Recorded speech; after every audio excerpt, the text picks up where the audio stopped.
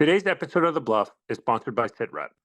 SitRep is an notorious open source intelligence app that provides the latest updates for over 180 countries and over 500 topics, allowing you to stay ahead and informed. Now available on Apple and Google. Thank you, SitRep, for sponsoring this episode. Welcome back to the Bottom Line Up Front, an Artorias podcast. I'm Matt. And I'm Stefano, the Chief Intelligence Officer of Artorias. And I'm Christian, the CEO of Artorias. And in today's episode, we're actually going to talk about the one big, beautiful bill and the implications it has both from an American domestic and foreign policy perspective. And, we were talking, guys, in the kind of the background, and I think one of the key aspects that's really caught a lot of our attention is the budget for ICE and the kind of these deportation orders and facilities. I mean, we're talking about in excess of over $100 billion. This budget dwarfs, I think it was basically doubles the entire Marine Corps budget for 20, the next fiscal year. The Marine Corps budget's around $60 billion. Here we're talking about in excess of $150 billion. And I think this is something that, has broad-based implications for the United States and kind of the priorities. And Christian, let me ask you this question, right? Kind of to start this off. Is this kind of the first step that maybe we might see the United States taking more of an isolationist perspective, and where we decide historically now, let's say the Department of Homeland Security is going to take more of an important role in U.S. budget, and we are going to allocate resources accordingly? I mean, the numbers certainly show that. The fact that the budget for ICE is now larger than the Coast Guard, almost as large as the Marines on a per year basis, would definitely show that. But it falls directly in line with what the Trump administration has been saying and what was campaigned on. I don't think anybody with a sane mind thought it was going to be this all-encompassing, especially with how large the budget is. Like it's insane, and to think that they're going to have to fill these positions of employment that are going to be opened, obviously through this. Like, there's not even enough human beings in the United States to even work these jobs, especially with a military that's already understaffed. So I'm not really sure where this money's going to, outside of maybe some new drones and other tech like that. I'm really seeing how like they are actually able to spend this money. And to touch on that, a lot of the funds are going to like detainment centers and such. That would be a lot of permanent buildings with that budget and how large that budget is. We're not talking about temporary like FEMA style housing while we deport these people. And another thing to highlight regarding the detainment centers, and obviously the sheer amount of budget going towards it, is that they're in my eyes planning for what would be considered to be like long-term detainment, in a very fascist manner, because they also in this bill limited the amount of immigration judges to just 3,000. So they're increasing this budget to be able to basically track down and secure as many of these, what they would consider to be enemies of the state or illegal immigrants, and put them in detainment centers that are the state of the art and just hold them there for eternity. Like, is that the plan? Because 3,000 immigration judges being capped out when you're talking in the sums of $100 billion plus to start securing our border, quote unquote, is, if for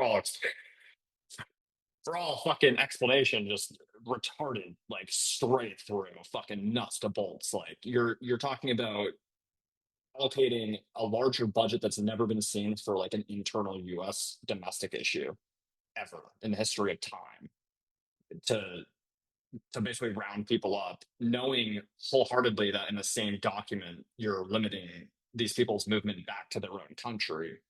I don't know. Obviously, I'm pissed off as this. I'm a first generation American. My dad immigrated here from Italy. Ironically, he came through Mexico to immigrate here, did it legally. I know, Stefano, you're also a child of immigrants. Like, it doesn't show to me like a lot of trust that I would have with the federal government at this point. Yes, I am also a first generation American from parents from Mexico and Argentina that came into the United States, and that's how I became. And I was born here, and that's how I became a citizen.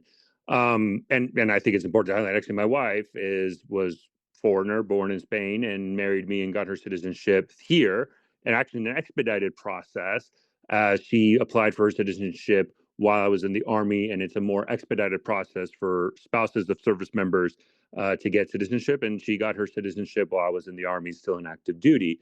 But Matt, I guess the thing is, we've always had this conversation, within the Trump administration and trying to analyze, is this, let's say, are we seeing a return of isolationism, right? We saw this, no new wars, etc. We saw that as a very important campaign rhetoric, peace, etc.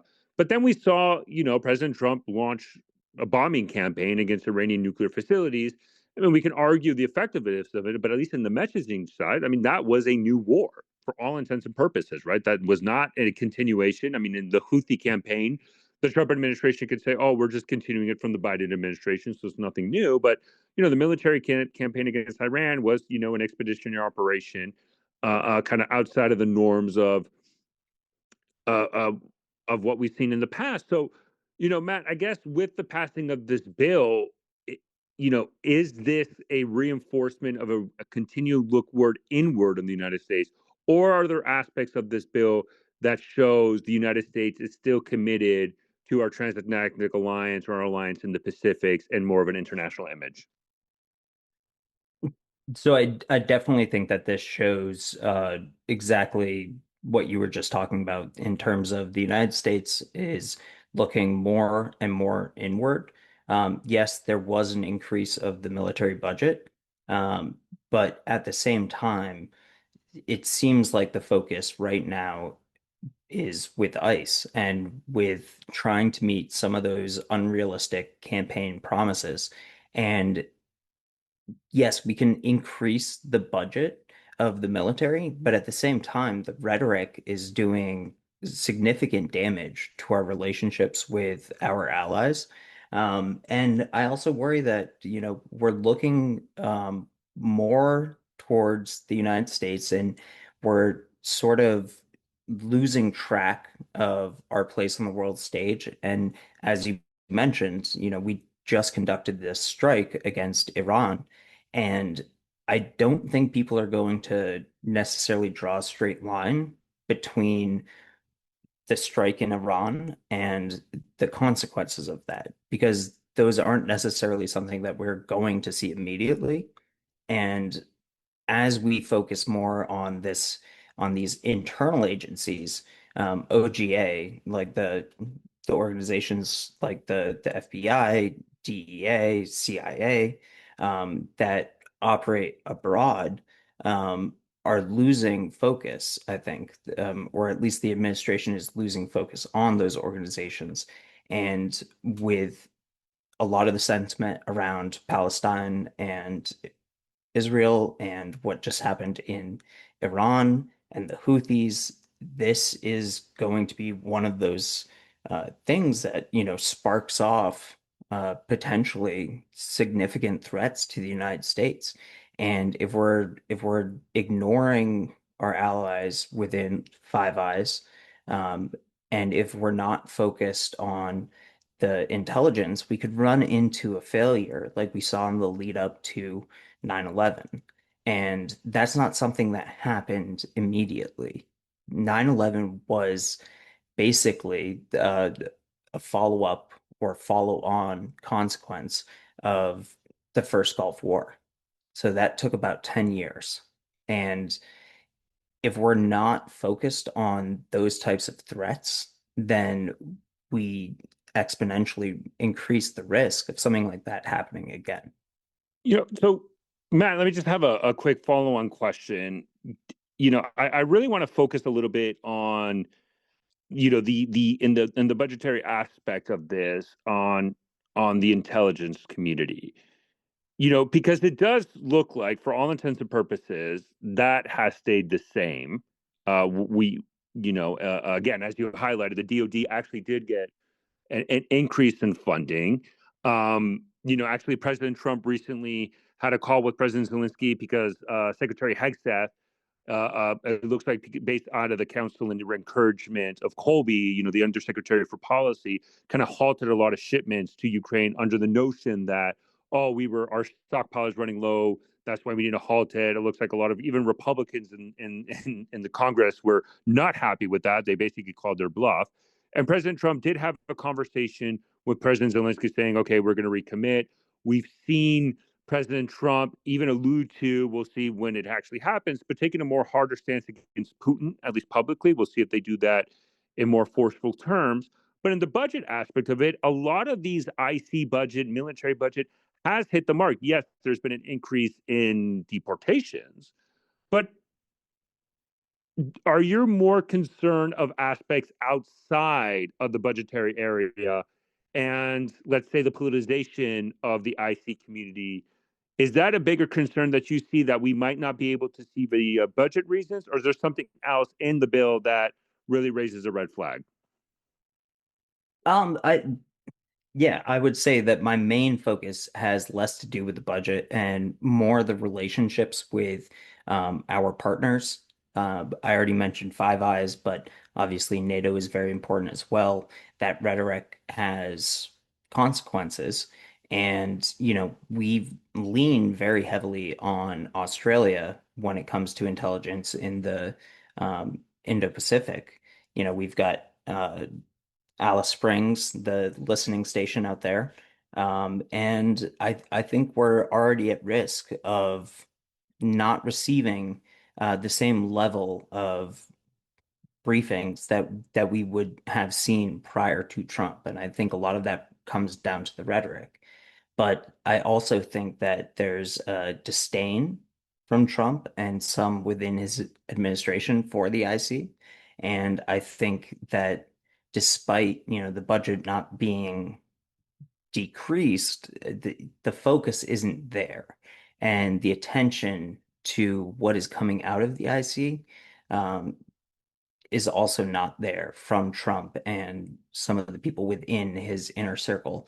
And if they're focusing much more intently on what's happening within the United States and, focusing on ICE and enforcement, um, it would be pretty easy for things to slip through the cracks. And that is the same type of communication issues that we had, like I was saying before, in the lead up to 9/11. And that is my biggest concern.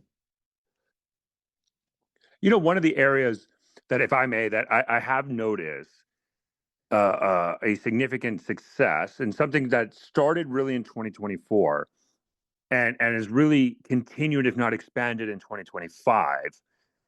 And if you're looking at this from a DHS perspective, that I think does commend some recommend, commendation of it, is we have seen record seizures in maritime interdictions, specifically cocaine. We've seen record-breaking cocaine seizures along the Pacific coast, along the United States. I mean, even this week, a narco submarine was seized with 3.5 tons of cocaine heading over to the United States. That was detected by a P3. I believe it was the CBP P3 that said it. We saw U.S. Navy surge assets.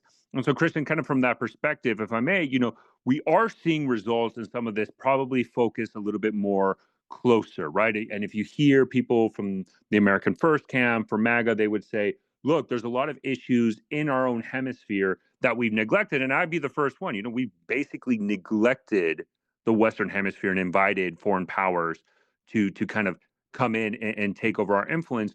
So do you think that there is a possibility that there is this Goldilocks between prioritizing areas closer to the United States where we've seen success, specifically in these maritime interdictions and these narco submarines?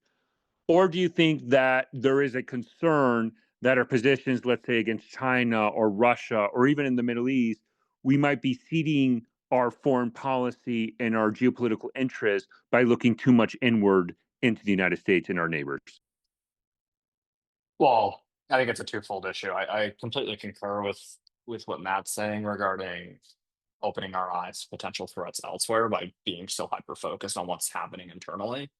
Uh, but I mean, I think you'd be the first one to agree that I think the US's foreign influence, even over South America and Central America, has slipped over the last 20 years. Uh, China's stepping in, BRICS is stepping in. Like those areas are still hotbeds, and everybody on the world stage is trying to get their hand in it.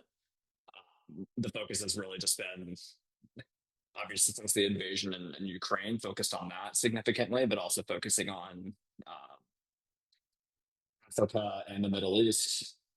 We've slipped even before the Trump administration on Central and South America. The focus that we're putting on for immigration is the key thing here. I don't think there is any pushback on either side on focusing on the drug war and trying to actually find a good solution for that. If you ask me for my opinion, I think it's more of a U.S. ideological change that needs to occur more than a change on the front of solving the drug problem by going hunting cartels for the drug problem. I think if you do that, you're just continuing the thing because as long as there's United States tweakers on the streets trying to buy drugs, there will always be a drug supply for them. It's just simple facts. So how do you solve it from a perspective of actually trying to get the people that are buying the fentanyl, buying the heroin, buying the coke? How do you get them off the drugs? And in turn, the cartel will have to move to selling other things. It's quite literally that simple. Europe does have a drug problem. I'm not discounting their own drug problem, but it is significantly less than it is here in the United States. But why is that? Well, my personal opinion is people in Europe hold themselves to a higher standard. Uh, like even drug users there have homes and contribute to society. While here, they're just misfits. They're on the street and they're shooting up on the cheapest possible supply. And that's why the drugs that are being shipped here are so deadly. That being the super intense heroin and other opiates and synthetic opiates and fentanyl now. Solving it that way, in my opinion, is better, but there's nowhere in the budget that's really allocated for that specifically. There's only budget for hunting the drugs and hunting the drug trade. What they need to realize is that yeah, you can put an FTO designation on these cartels, but the cartel goes deeper than just what is seated in what's happening in northern Mexico and central Mexico. It's a lot more encompassing than that. You still have street gangs here in the United States that operate. You still have white collar crime that still operates in the United States, though more shadowy and more off the radar now because it is overshadowed by the cartels, in my opinion. Those organizations still help facilitate the drug trade and still help facilitate to the problem that they're trying to quote unquote solve by what over send out of immigrants, because that's what I'm seeing. I'm seeing as a like a personal bystander of this, like a lot of similarities to some other really fucking tragic events that have happened in history with basically a power system that is all encompassing for a country, you know, unilateral power for one specific party, and then they use that power by all means to create a fascist rule where they're able to overtake their populace.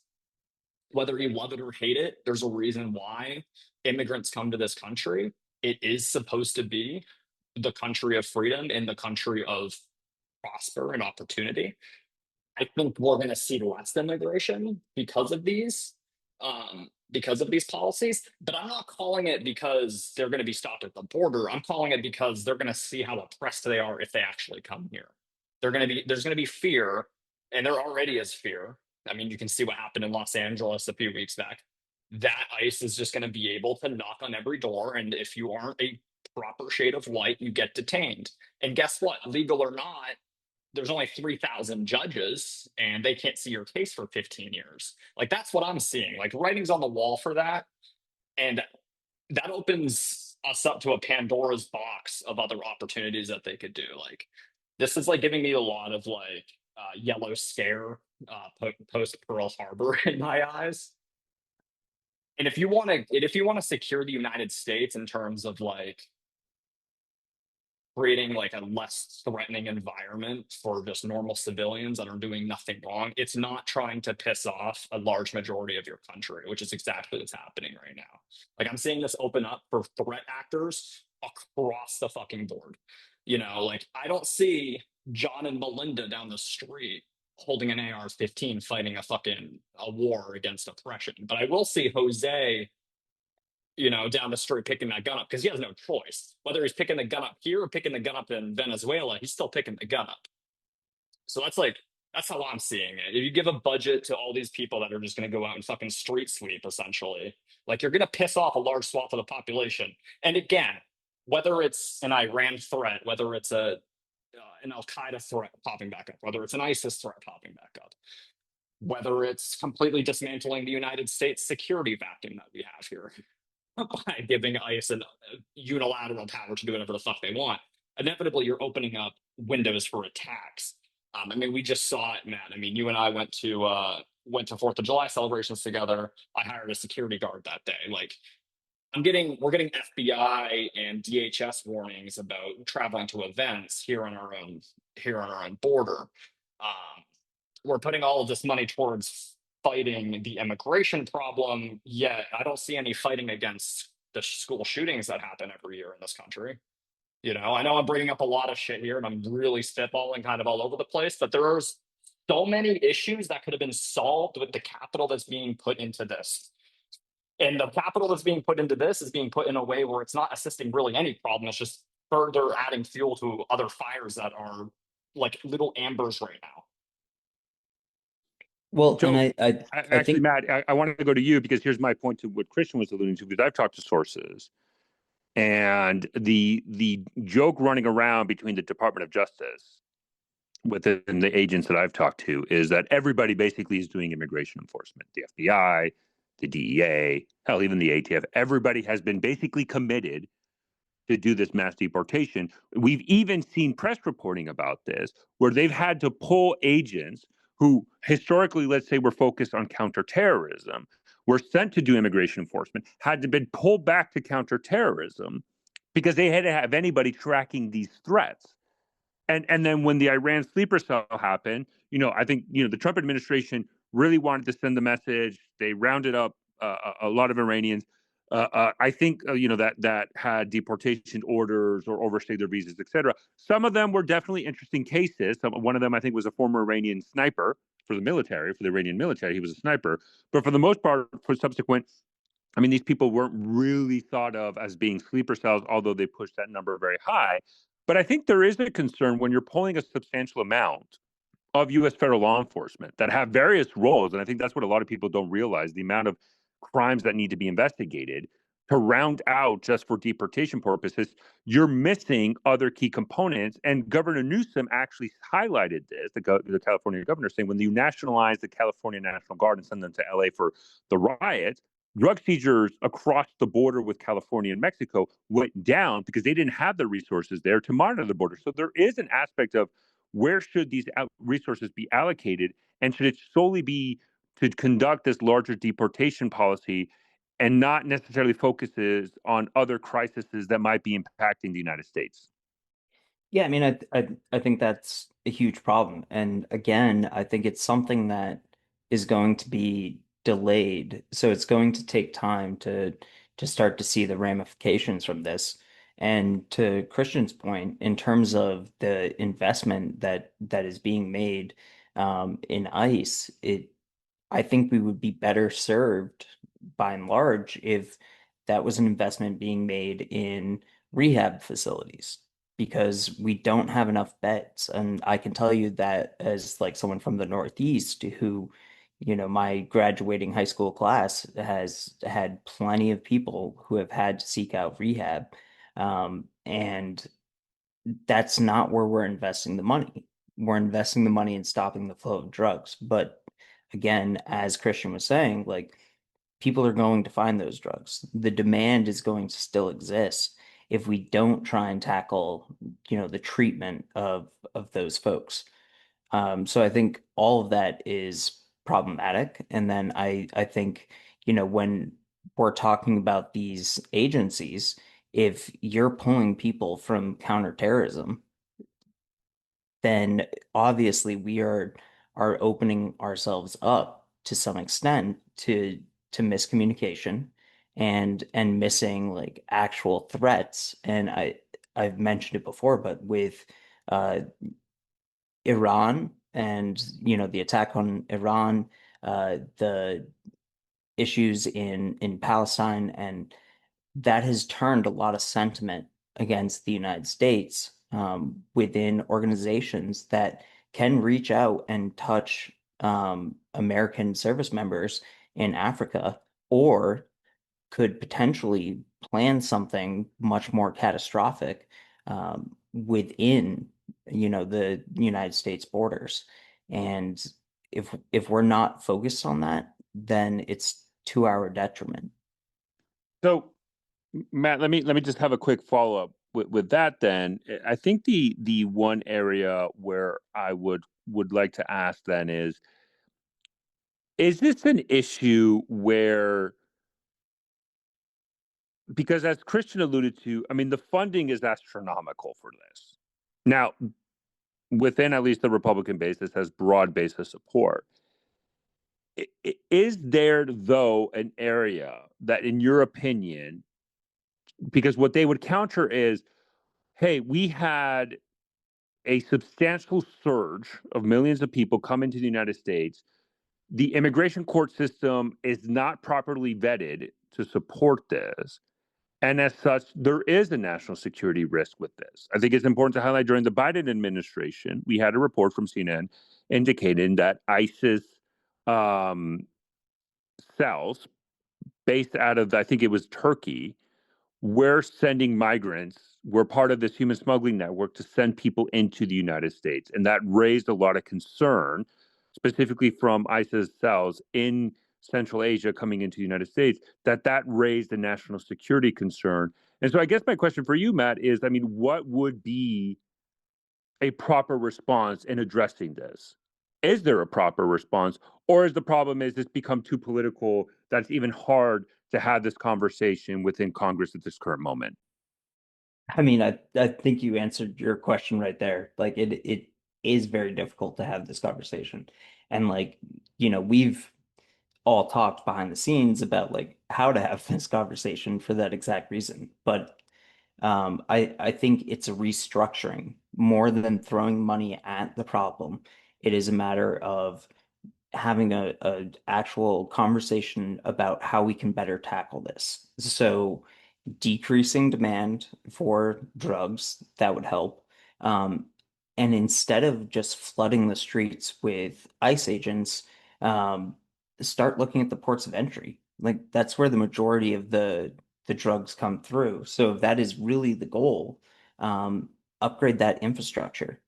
Like a wall sounds good, it looks good, but that's not going to make as big of an impact as some people think it would. So I think it's more about this restructuring and trying to tackle these problems in a way that makes sense and is evidence-based versus just throwing money at the problem. Yeah, I'd like to second that. I don't think like general U.S. citizens truly realize like the sheer amount of terrorist incidents, drug incidents, etc., that just come through legal means.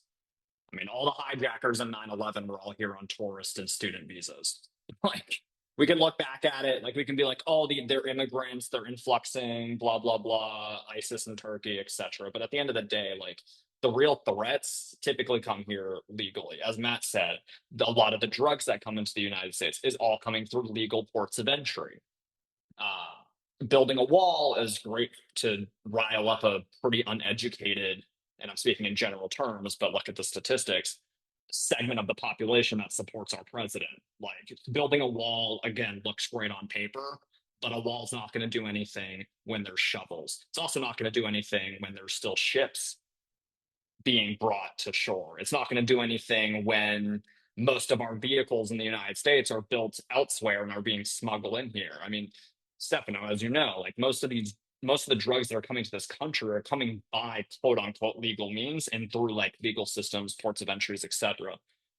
And so aren't the terrorists that are coming to our country.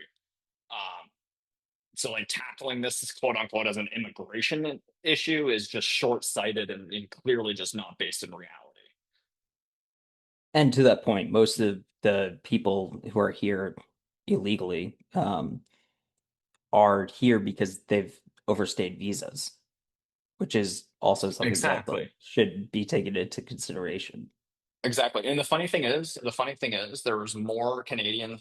I think it was like 2022 or 2023. The statistic came out that more Canadians overstayed their visas in the United States than Mexicans when it came to tourist visas. Like the percentage of tourists coming from either side, the Canadians were more wrong than the Mexicans were. It's just a backwards ideology that's just fueled in racism and hate, and it's terrible to see that our country's come to this, especially when we're actively teaching our children about birthright citizenship, which is now in jeopardy, and how the United States was built out of the prosperity of immigrants that were all oppressed that came over here to build this nice homogeny and community, and now all of that's kind of in question. We're no longer better than the British for all intents and purposes. We're taxing people randomly with our trade policies right now.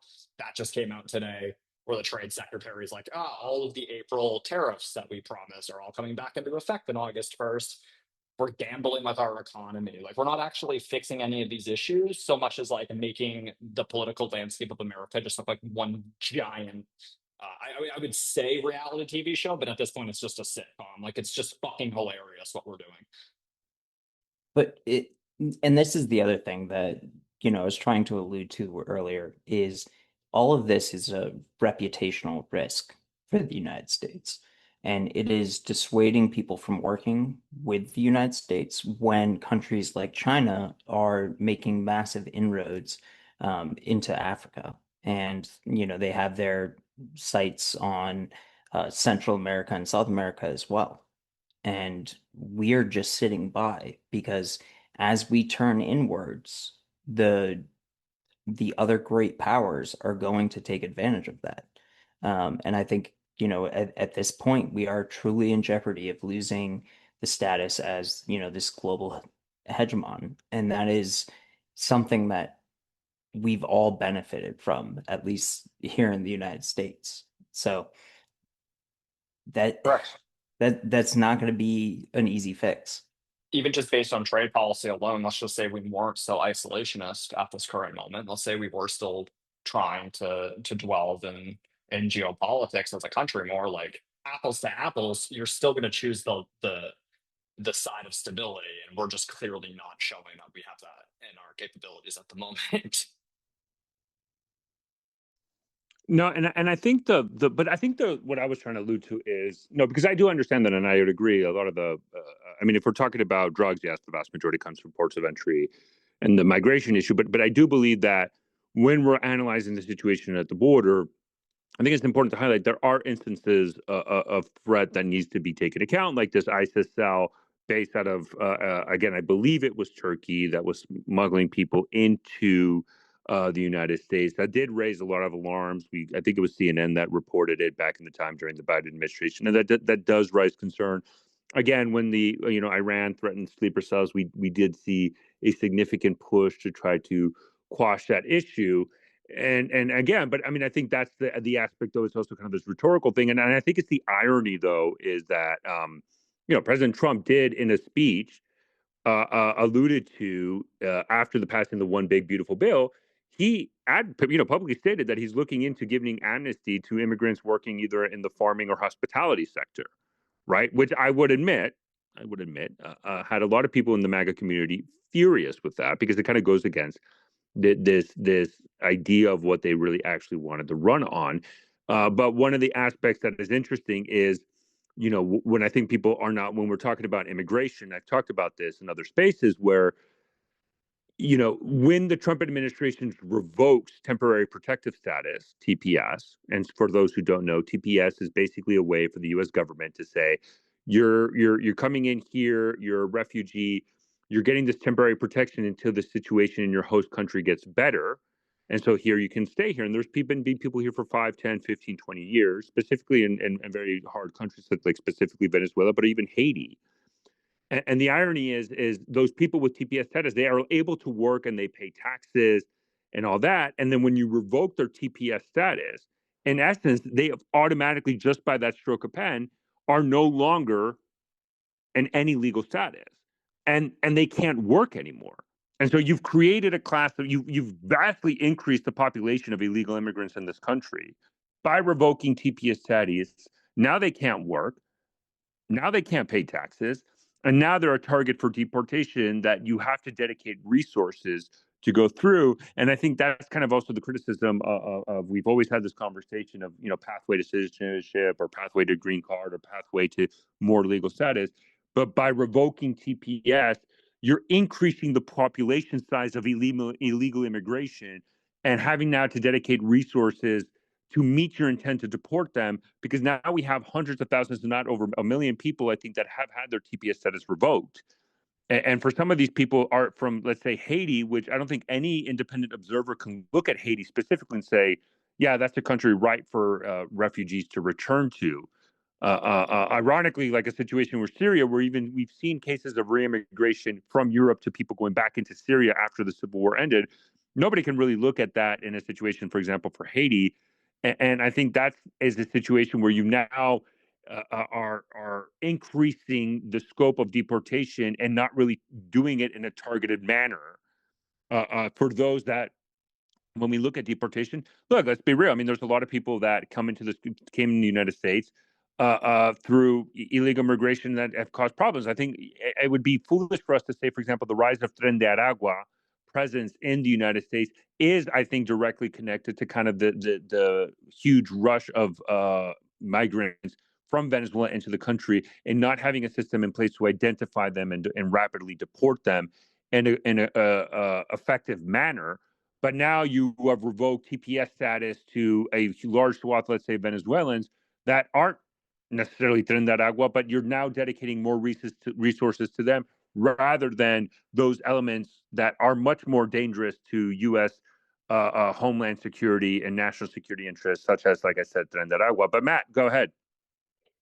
Yeah, well, and I mean, you asked like where I would direct funds, and I think one of the things that I would take into account is the idea of, working to improve the situation in some of these countries, because like you said, like Haiti, Venezuela, the situation has not gotten any better there. And so if we had extended and, reached out to sort of provide protection to some of those immigrants, to take it away seems very cruel to me. And maybe that's the point. Because that allows them to increase the number of people that are, now being deported, because these are people who are on the record. Like these are people who have been showing up to court. These are people that the government can track. Uh, so I think that in and of itself is problematic and fairly transparent to anyone who's paying attention. Well, to the Venezuelan point that you brought up, Stefano, a really good point in that is all of the counter gangs units that were going to watch those potentially problematic Venezuelans are now just being used for deportation in the way that you previously brought up, that all of these, basically every federal agent under the sun now is literally just an immigration officer to some capacity. Like, by stripping them of their actual duties to actually prevent this stuff, to focus on, again, the quote unquote immigration issue, it's literally just like passing the it's it's like just like literally passing the gun from one enemy to another enemy and just shooting yourself in the fucking leg because you're under resourced in your other departments now, because you guys are all focused on one issue, and the one issue is now being exacerbated, while the current issue, like the big issue of that gang, for example, is still running rampant and loose. Yeah, there's this lack of investment in resources to try and work on prevention, and we're spending a lot more money than we have to as a result on dealing with the consequences. And I just don't think that that is like a sustainable method to go about um, dealing with the issues that are very real around immigration. But this administration, I think, is just focusing on the wrong aspects of it. And the other thing that I would say is looking at El Salvador and what they're doing with MS-13 and with the Trump administration trying to get some of those cases of, the most influential members of that organization dropped. Uh, that does not align with, the rhetoric around the issues with the gangs and what Trump has been promoting, especially when talking about CCOT.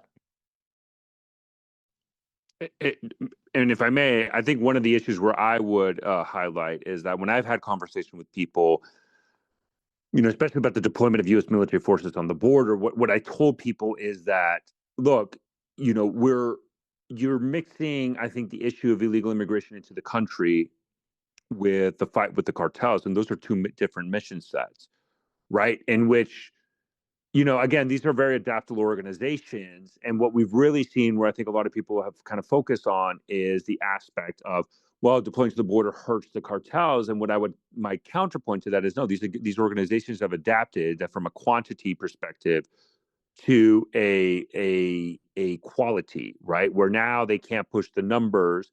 Now they're focusing more on trying to get getaways and trying to ensure that Border Patrol doesn't catch them. And I think that's kind of the adaptation of these groups. But the deployment of the border really hasn't done much. I haven't seen much really to impact cartel operations. And it still looks like, from a Trump administration perspective, they're really still delegating this to the Mexican authorities. Yes, there has been an increase in support in that, and an increased level probably of intelligence cooperation in that arena, but that still has been very much focused on that focus has been pushed to the Mexican government to continue that fight against Mexican cartels, and we haven't really seen that much adjustment and changes in that arena that I think warrants much more of attention. So, I think there's a lot to really be discussed about, and I think there's some things that kind of maybe missed the mark, and some of this is just getting drowned into politics.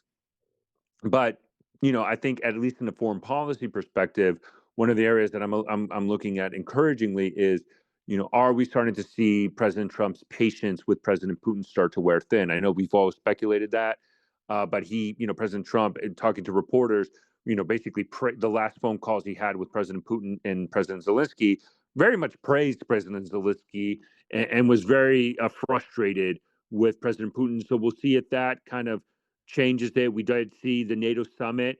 I think can be considered very successful, even with the Spain kind of wiggling their way around the 5% commitment. We did see pretty much a unified voice in the NATO summit, and that, I think, is reassuring of some of these, from a foreign policy perspective, in the transatlantic union and alliance, that's still being pretty much strengthened, at least it looks like, even with some of the rhetoric. But at least I think a lot of the worst rhetoric that we saw at the beginning of the Trump administration has pretty much tempered down.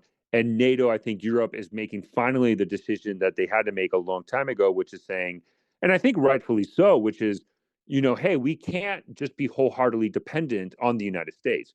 We need to pick up our defense spending. We need to pick up our commitment to Ukraine. We need to build our military capabilities, because in a situation where it's China and Russia, let's say, in a worst case scenario, the United States is going to be focused much more on China, as it should, and it should be a European problem set to deal with the Russians. And if the Europeans actually commit to defense spending, modernizing, rearming, and boosting their military, they can easily handle the Russian problem set from that perspective.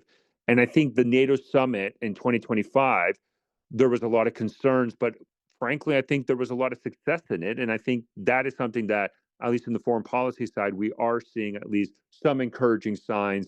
And it looks like, Mike Lee, the senator from Utah, saying, "Oh, the act we're going to pull out of NATO," clearly isn't going anywhere and has no political appetite anywhere, even within the Trump administration, which I think is encouraging so far. How all roads lead to my theory that Trump just goes straight balls to the wall against fucking Russia. Oh, how every single road leads to that. Uh, I don't know. I've always been one to follow actions more than follow words. I've always pushed that narrative, just Intel 101. The Hegseth stepping in and canceling a giant arms shipment to Ukraine was definitely one of those. I mean, that can be looked in two different lights. First light is they're giving Putin one more shot, or second light is we're actually truly worried that this war is going to spill over in some capacity and we're going to need our own arms ourselves. Depending on how you want to look at it, that's kind of where we're at. Um, but yeah, my theory still stands. I think we get involved in this war in a larger capacity than we have before, and I think everybody in the United States needs to be prepared for that.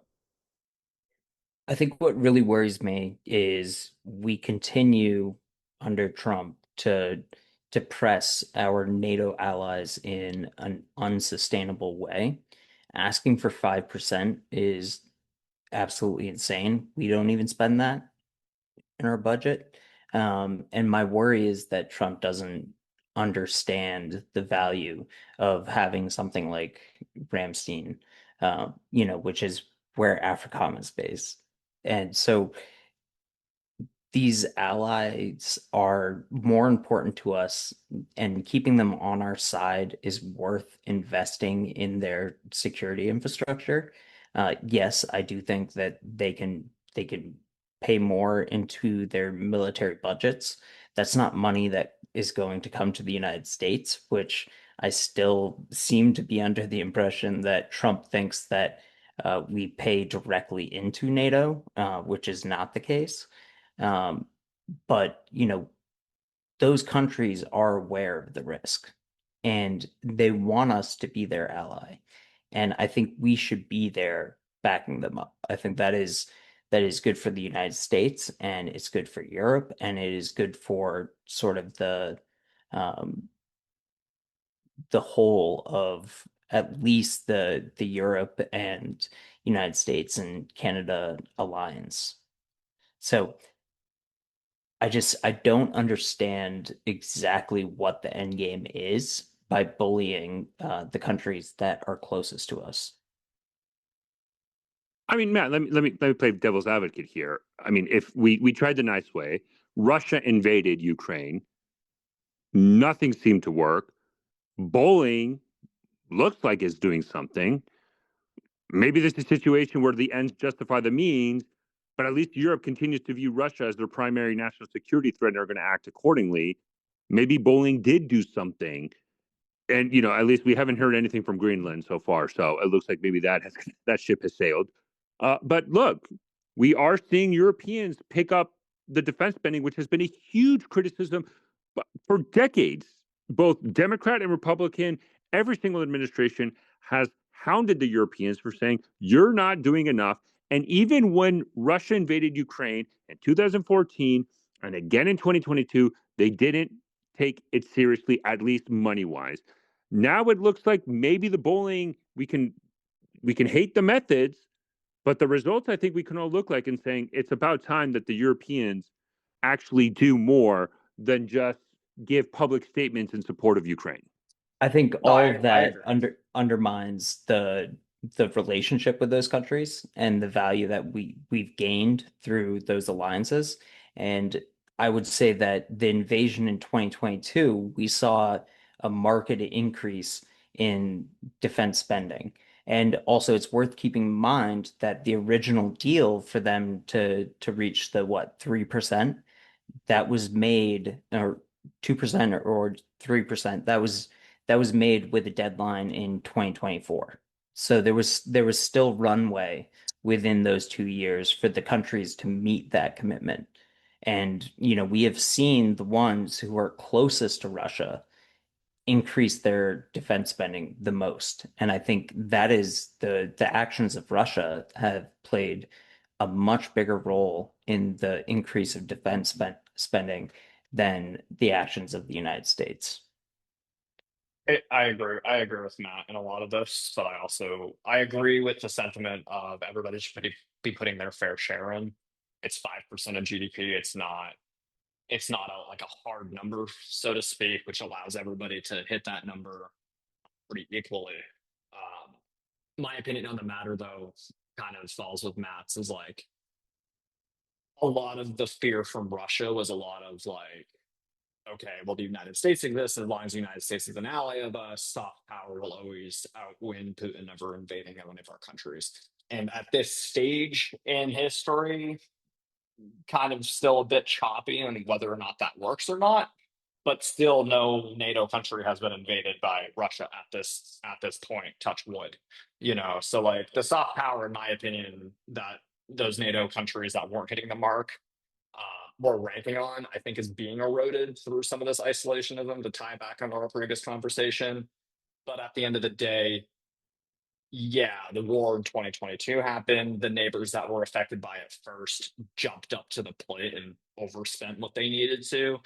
And then the countries like Portugal did not. So like it's kind of the mixed bag of like how affected are you by the situation. I mean, obviously there's a lot of invasions that need to happen before even the likes of France has to be worried about it potentially, or even the UK. Um, but yes, at the end of the day, I think the bullying did push it over the line. I do agree with that, Stefano. I know you're playing devil's advocate, but I do agree with that sentiment. I think, but it goes to Matt's point, right? He always brings up the Sahel thing. The Germans wanted to stay, but they couldn't because they didn't have helicopters. I mean, we're talking about Germany, for crying out loud. During the Cold War, West Germany was one of the key components of defending Western Europe. And now the point, they don't have, the lift capability to maintain an expeditionary presence in the Sahel with the terrorism threat that is rising there. And I think, look, I'm all about diplomacy. I'm all about our European. I'm a transatlantic. I love NATO, the transatlantic alliance. They were the first ones to respond to September 12th, invoking Article 5. But at some point, it said, Europe, you have to do more. The threat is there. Like, and okay, I might disagree with the methods, but I can't disagree with the results. And so that's kind of more my aspect where, if rhetoric gets us somewhere, and the end of the day, the end objective is Europe committing more. And in a situation with a rising China, I do believe, don't get me wrong, to supporting Ukraine's ability to fight. But I don't disagree with the premise of a United States focusing on China, because I think the Russian problem set is well within the capabilities of our European allies. Yeah, I think from my perspective, I will take the power projection that we get through the NATO alliance any day over whether or not they're spending enough money. Like, let's be real, Luxembourg would not have AWACS if it wasn't for the United States. Um, and I do think that the focus needs to be on China, and it hasn't been really. There hasn't been a whole lot of conversation over the South China Sea. And one thing I will say is Marco in the Philippines seems way more open to coordinating with the United States than Duterte was. And so I would really like to see us kind of pivot and look in that direction, as well as sustaining as much as we can our efforts in supporting Ukraine. So I mean, there are a bunch of conflicts right now going on in the world, and so it can be very difficult to stay focused on one issue. But to your point with the Sahel, I mean, next week, hopefully, we'll be talking about the threat posed by drones in the Sahel, Somalia, the Red Sea. Like this, we're going to see an increase, and we have to be able to focus not just on what's going on internally, but we have to remember that we have a very broad footprint across the world. And that is not something that I am seeing from the current administration. And to be honest, that's a little bit worrisome. No, and Matt, that's an episode that I think is going to be very important. It is going to be an episode talking about these emerging capabilities in small UASs and others. There was actually interesting news actually on July 3rd. This is something that we are going to talk about with Pernicious Propaganda. Joe from that team, a guest that we've had previously. Apparently, the Colombian military seized a narco submarine, but get this, it was an unmanned narco submarine that was able to navigate utilizing Starlink, right? So this was going to be used for transshipping drugs, specifically probably cocaine, into the United States, Central America, South America, or even into Europe or to Africa, right? So that was an emerging capability that we've all been waiting to see, but an unmanned narco submarine that leverages Starlink for connectivity and then using for shipping narcotics across the world. So that's going to be a very important episode, and I hope that a lot of you listen to it once we publish it because it's an important topic to really have. Yeah, I mean this is emerging topic, and I think it's again something that's not on a lot of people's radars, but I do think it's something that is going to escalate very quickly. So hopefully everyone who is listening to this will tune in next week for that episode. This has been the Bottom Line Up Front on our Torious podcast, and we will talk to you soon.